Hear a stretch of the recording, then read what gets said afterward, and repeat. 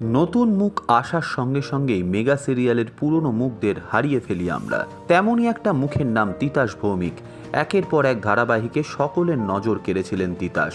কখনো ধারাবাহিকের পার্শ্ব চরিত্রে অভিনয়, আবার কখনো মূল খলনায়িকার অভিনয়ে সকলের দৃষ্টি আকর্ষণ করেছিলেন তিতাস ভৌমিক।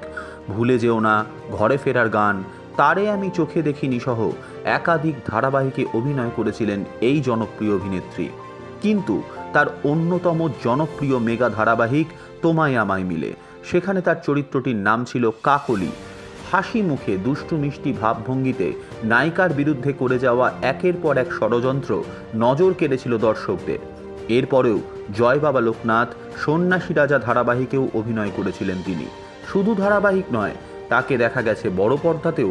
2015 সালে কাদম্বরী চলচ্চিত্রে জ্ঞানদানন্দিনীর ভূমিকায় অভিনয় করেছিলেন তিনি। এছাড়া অভিনয় করেছেন দেবের বিপরীতে পাগলু ছবিতে। কিন্তু শেষবার তাকে দেখা গিয়েছিল কোরা পাখি ধারাবাহিকে। আর তারপর থেকে কোথায় যেন হারিয়ে গেলেন তিতাস। বিয়ে করেছিলেন সমদর্শী দত্তকে, কিন্তু মাত্র 4 বছরের ব্যবধানেই বিচ্ছেদ হয়ে যায় তাদের। তারপর শুধুমাত্র পরিবার এবং বন্ধু বান্ধবদের সহযোগিতায় স্নেহাশিস দাসের সঙ্গে ঘর বেঁধেছেন তিতাস, কিন্তু সম্পূর্ণ হারিয়ে গেছেন ইন্ডাস্ট্রি থেকে।